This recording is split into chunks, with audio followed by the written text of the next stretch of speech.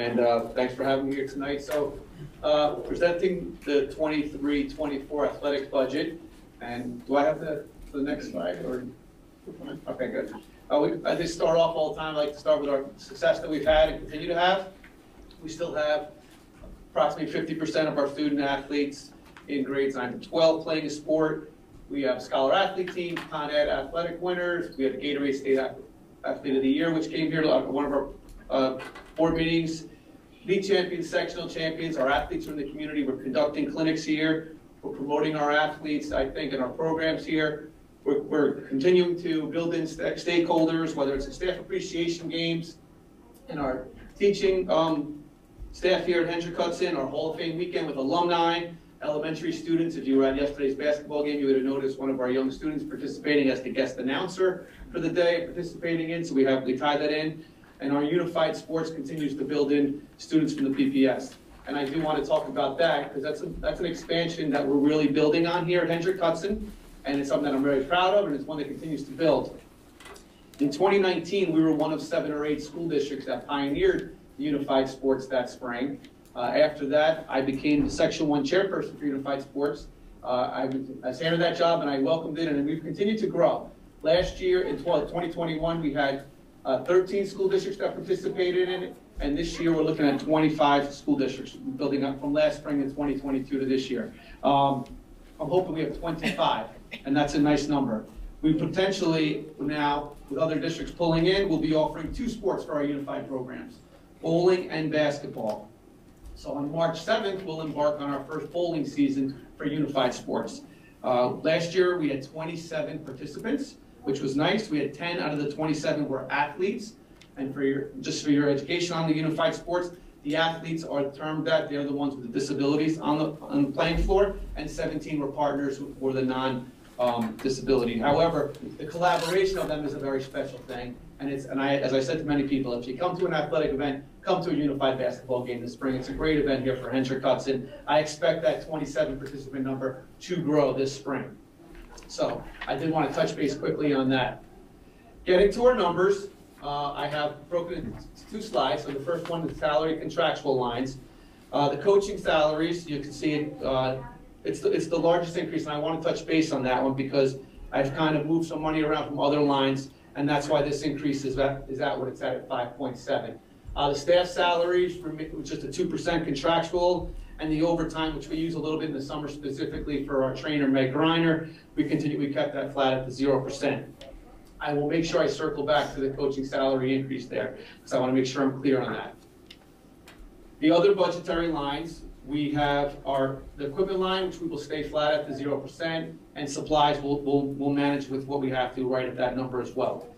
The contractual piece, and I'll talk about that a little bit now as I begin to connect our previous slide. The contractual piece, I have the 2% increase. That line really pays for a lot of different things in our athletic department.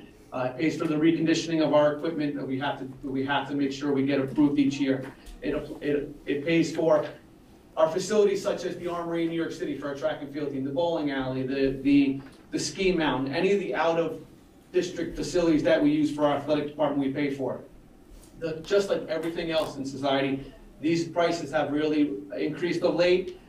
We would definitely need more than a 2% raise. However, what I did, and I'll talk about this even further again, is I slid some of the money over that I would hopefully need it for that to our coaching salaries. So the specific example I have there is we have a merged girls swimming program with Croton Harmon, and in the past we get paid. I get an invoice from Croton Harmon, and we split the bill for the cost of the program.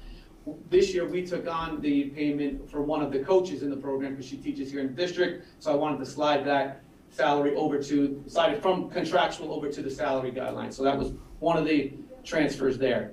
The BOCES increase, as you can see, is 6.38%.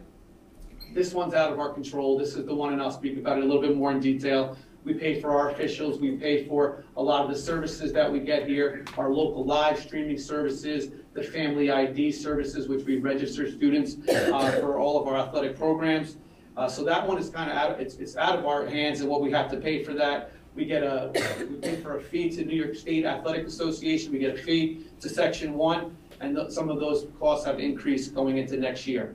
And then our transportation and building overtime, I work closely with Liz Gillio, Anthony Merlini, so we kept that right at the 2%, and we'll manage our best to stay right there.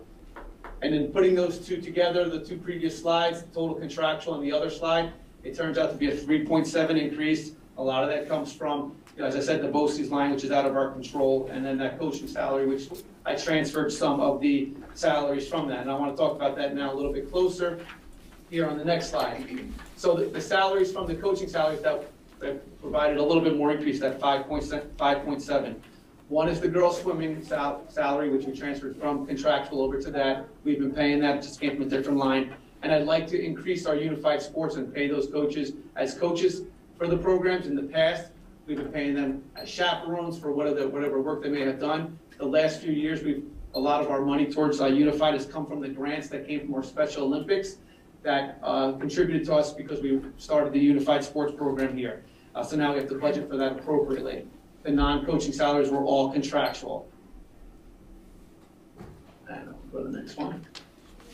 The increase to the cost in facilities, as I said, out of our control. We send 30 kids to whether it's to the ski mountain or kids to the bowling alley, kids down to the armory, which many of them are out tonight. We have to pay for that. It's out of our control. The girls swimming stipend I've already mentioned. The BOCES line and it's one I like to talk about for people to understand where it comes from. We pay our officials every day when they're at our games. We get assigned our officials through the BOCES offices. Their contract, they're being the officials for Section 1, their contract ends this spring, so last season on their contract. So there will be a new contract for the fall 23 season. So there will be an anticipated increase for all of their fees, whether it's varsity, JV, or modified levels. We pay fees to Section 1 and fees to New York State Public High School Athletic Association, and as I mentioned earlier, those fees have increased as well. And then the contractual increases I had for the BOCES line, for the building overtime and for transportation. We do our best to be fiscally responsible here, holding the line with the current inventory. We're going to stay at the 0% for supplies. As I said, I work closely with Liz and Anthony. We try to minimize any overtime we have in the buildings for any of our practices or events, our transportation issues. I kept the line at the equipment as well. And the chaperones, we kept that as minimal as possible because those increases I've kind of transferred over to the coaching salaries from the unified as we've been paying in the last few years. So we've tried our best to stay as fiscally responsible as we can. We provide a lot of opportunities for our students here. 31 varsity programs, 15 JV, 17 modified. We have 1 freshman, and now we can say we have 2 unified sports programs. And doing the math today with former fellow math teacher and Coach Bailey, her and I looked at this today and we said, this is still, for the opportunity we're providing, it's still less than 1.5% of the entire budget here for Enter Cubson. And I like to think that the opportunities that we give our student athletes and all of our community is well worth that. And I do want to thank all of you for your support. And you have continuously given to us and for all of the Enter Cubson community. Thank you. Does anybody have questions for Mr. Baker? Hi. Oh, sorry. Thank you. Okay. Do you have any idea how many of our students participate in our athletic program? I can get that for you. So I can get it. Yes, I don't have it top of my head, but I can get that. It's a lot. Though. Yeah. Yes, we do. And even when you tie in the modified, which go a little. I had the 9 through 12 number on there. It's even more so. It's been hard the last few years to get that because of certain not having modified seasons with the COVID years, but we're getting past that. I can get that information for you. It's not a problem. Not a problem at all. I have a question, Mark and Lee. So do I understand right, the contract line item is where we took money off of, which is why we see it at 2% only and slid it over to the coach's salary? Yes. It would have been necessary to add more to that, but I don't have to because I slid it over to the coaching salaries. So the coach's salary would have been 2% roughly, and then plus the differential on the contract? Yeah, because is that number 10,000 on the contractual number that slid over additionally? It depends. Well, one would be a varsity athlete, one would be a varsity stipend for a coach because we were paying that for this year's girls swimming, and the 2 new unified positions just have to be negotiated for that because they're 2 new positions. So I kind of ballpark that as 2 JV positions and a varsity. So it probably 22,000 between the 3 of them maybe is a good ballpark. So then the chaperone shows being 0, but we are actually raising it by quite a bit since we're taking 2 chaperone positions away and adding them into that line. That's the. I just want to try to, Yeah.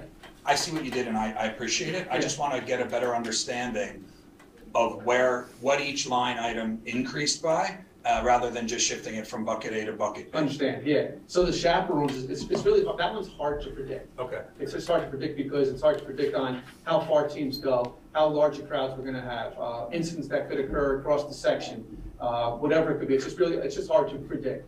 That being said, I would have liked to increase it more, but because of where we slid over some of the money to the coaching salaries of the unified, I kept it there. But it's just hard to manage that. I understand that you're just trying to get a number on where you're going from year to year. Yeah. I kind of was a little bit, hope I answered it for you a little bit. Sure. If I have additional questions, I'll be sure to ask you. Okay, you got it. Good. All right, thank you. All right, thank you, everybody. Thank you very much.